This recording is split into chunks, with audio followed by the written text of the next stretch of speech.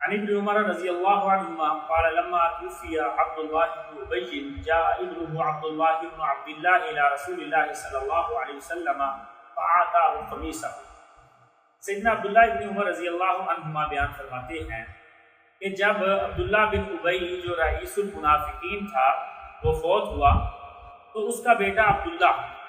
یعنی عبداللہ بن ابی کا بیٹا عبداللہ جو کہ صحابی رسول تھا وہ نبی کریم صلی اللہ علیہ وسلم کی خدمت میں حاضر ہوا تو نبی کریم صلی اللہ علیہ وسلم نے اپنی قمیص مبارک اتار کے اس کو دے دی اور اس کو حکم دیا کہ وہ اس قمیص میں اپنے باپ کو کفن دے۔ ثم قام یصلی علیہ، پھر نبی کریم صلی اللہ علیہ وسلم کھڑے ہوئے نماز جنازہ پڑھانے کے لیے تو عمر رضی اللہ تعالیٰ عنہ نے نبی کریم صلی اللہ علیہ وسلم کا کپڑا مبارک پکڑ لیا اور فرمانے لگے تصلی علیہ وہو منافق، آپ اس کے اوپر نماز جنازہ پڑھیں گے وہ منافق ہے۔ وقد نہاک اللہ ان تستغفر لہم، اور اللہ رب العزت نے آپ کو منع کیا ہے ان تستغفر لہم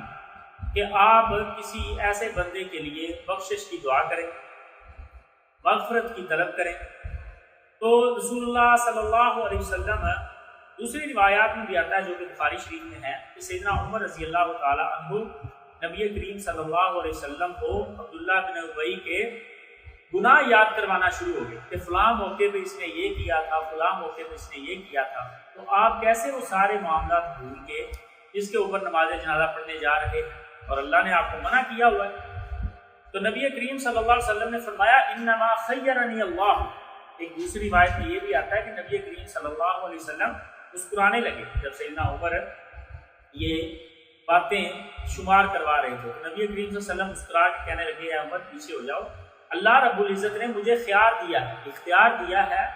کہ میں چاہوں تو استغفار کروں، چاہوں تو نہ استغفار کروں۔ کہ نبی کریم صلی اللہ علیہ وسلم یہ آیت پڑھی استغفر لہم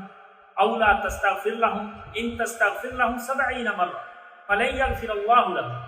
اگر آپ 70 مرتبہ بھی اس کے لیے بخشش کی دعا کریں تو اللہ ان کو معاف نہیں کرے گا۔ تو نبی کریم صلی اللہ علیہ وسلم نے فرمایا سأزیدہ علی 70، میں 70 سے زیادہ بخشش کی دعا کروں۔ یہ تھی محبت نبی کریم صلی اللہ علیہ وسلم کی اپنے صحابی کے ساتھ، عبداللہ کے ساتھ جو عبداللہ ابن ابی کا بیٹا تھا۔ نبی کریم صلی اللہ علیہ وسلم اس کے اس موقع پر اس کے دل کو جوڑنے کے لیے اپنی قمیص مبارک بھی دی اور فرمایا کہ 70 مرتبہ اللہ نے کہا ہے نا تو میں 70 سے زیادہ بار استغفار کروں گا، شاید اللہ اس کو معاف کر دے۔ خیر نبی کریم صلی اللہ علیہ وسلم گئے اور نبی کریم صلی اللہ علیہ وسلم نے جنازہ پڑھا۔ صحابہ کہتے ہیں ہم نے بھی جنازہ پڑھا۔ ابھی جنازہ پڑھ کے نبی کریم صلی اللہ علیہ وسلم پیچھے ہٹے ہی تھے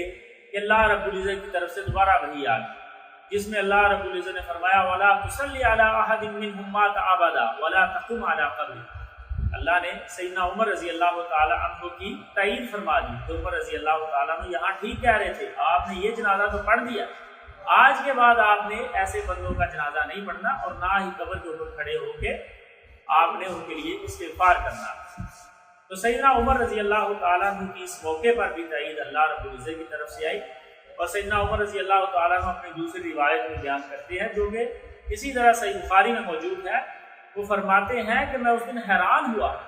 کہ اتنی جرت مجھ میں کہاں سے آ گئی کہ میں نبی کریم صلی اللہ علیہ وسلم کو بار بار روکنے کی کوشش کر رہا ہوں۔ تو جب یہ آیت نازل ہوئی دوسری میری تائید میں